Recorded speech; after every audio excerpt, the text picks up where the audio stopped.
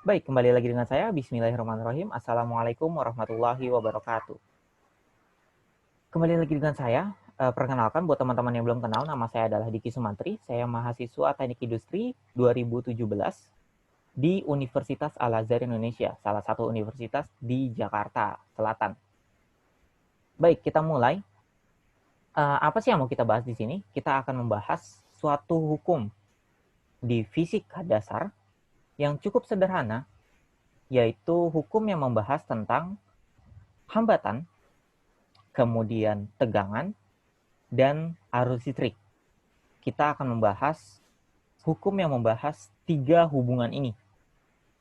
Kita akan dibantu dengan simulator dari sebutannya apa ya? PHET. Ya, PHET. Nah, ini simulator yang cukup menarik untuk digunakan belajar karena simulator ini membantu untuk memahami konsep yang ada di hukum-hukum di fisika. Whatever, bukan di fisika saja sebenarnya, di chemical juga ada dan lain sebagainya. Oke, kita masuk ke hukumnya. Nah, ini simulatornya. Teman-teman udah bisa lihat nih. Udah bisa lihat ya? Nah, ya. Jadi, ini adalah simulator dari PHET atau PHET atau PHET atau whatever lah ya. Nah, ini akan membahas tentang hukum Ohm. Hukum Ohm. Nah, ini kita reset dulu ya. Baik, sebelum berlanjut, kita bakalan melihat dulu seperti apa sih bunyi dari hukum Ohm. Kita akan mendengar seperti apa sih bunyinya gitu kan.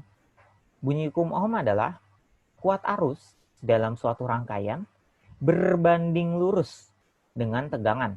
Jadi kuat arus akan berbanding lurus dengan tegangan pada ujung-ujung rangkaian dan berbanding terbalik dengan hambatan rangkaian tersebut. Jadi kuat arus akan berbanding lurus dengan tegangan dan berbanding terbalik dengan hambatan yang ada. Kita lanjut ke simulatornya.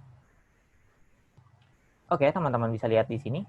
Di sini ada beberapa variabel, yaitu yang pertama adalah V atau voltage atau tegangan, kemudian I atau kuat arus atau current, kemudian R.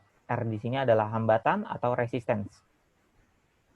Baik, kita mulai. Tadi secara hukumnya ya, hukumnya mengatakan kalau V itu akan berbanding lurus dengan I dan I ini akan berbanding terbalik dengan R. Mari kita coba. Di sini ada variabel yang dapat diubah, yaitu adalah voltage dan resistance. Untuk saat ini, voltage yang digunakan adalah 4,5 volt dan resistennya adalah 50 ohm. 500 ohm. Nah, gitu ya. Jadi resisten yang dipakai di sini biasanya kalau di kehidupan nyata itu kita makainya resistor gitu. Yang ada beberapa warna, terus bisa dihitung resistornya berapa gitu kan. Nah, ini kita langsung dapat nilainya. Nilainya adalah 500 ohm. Kita akan melihat hubungannya secara sederhana di sini. Kita ubah adalah tegangannya. Kita ubah adalah voltage-nya. Kita naikkan terlebih dahulu, maka apakah yang akan terjadi terhadap nilai I atau nilai current atau nilai arus listrik? Mari kita naikkan.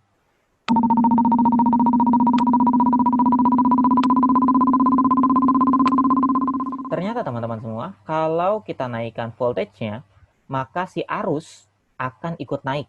Bahkan diilustrasikan di sini, ketika huruf V-nya akan lebih besar, maka huruf I-nya pun akan lebih besar. Maka ketika kita turunkan pun akan sebaliknya. V-nya akan semakin kecil dan I-nya akan semakin kecil. Mari kita lihat di sini.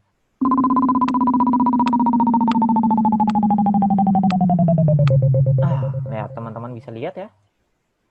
Ketika V-nya lebih kecil, maka I-nya pun akan lebih kecil gitu. Dan itulah yang dinamakan berbanding lurus, teman-teman. Maka V-nya dibesarkan, maka I-nya akan lebih besar. V-nya diturunkan, maka I-nya akan lebih kecil. Seperti itu. Nah, teman-teman bisa melihat juga di current-nya ini, 0,2 gitu kan. Tadinya padahal lebih besar dari ini.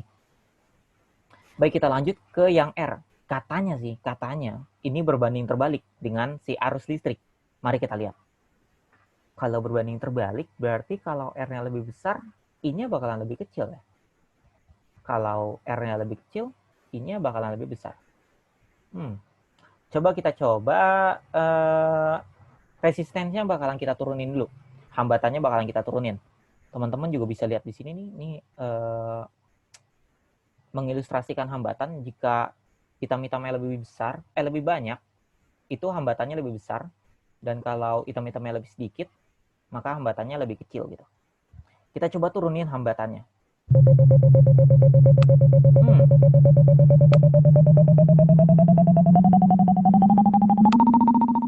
Oh, ternyata benar teman-teman.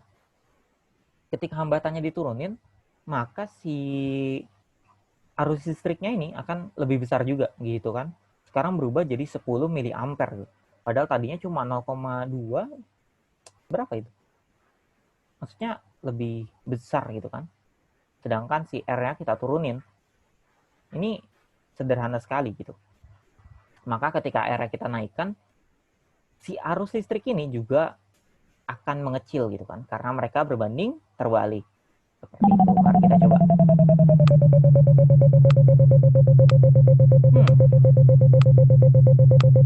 Oh, sampai besar sekali kan. Dan kita lihat 0,1 miliampere gitu. Jadi ya inilah pengaruhnya buat teman-teman yang masih belum paham.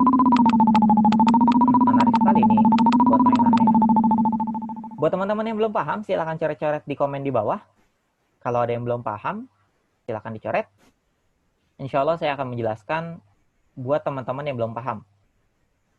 Beritahu aja apa yang belum paham dan kita bakalan bahas di sesi berikutnya. Sekian dari saya, terima kasih. Wassalamualaikum warahmatullahi wabarakatuh.